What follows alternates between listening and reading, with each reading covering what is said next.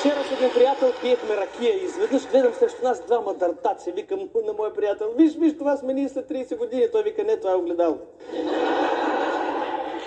Вижте сега как един истински старец си говори с един истински младеж.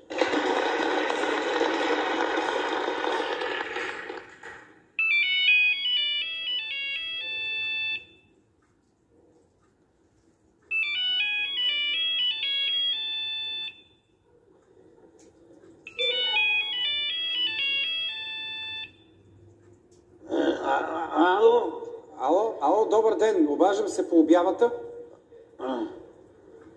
Я повторете. По обявата.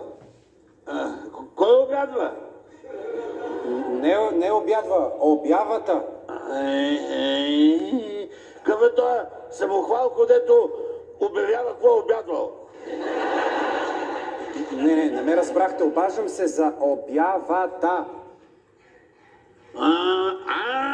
Обявата!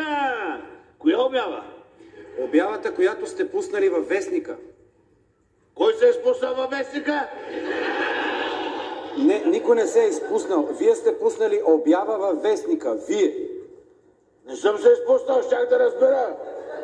Може би. Не мога повече. Вижте какво ще го кажа много бавно и силно. Обаждам се за обявата, която сте пуснали в вестника.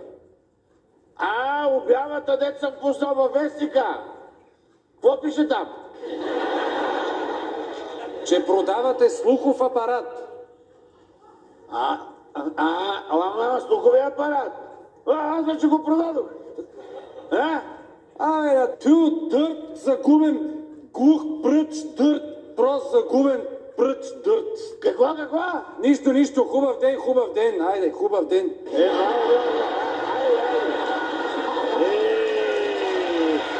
да останах да тия възпитали за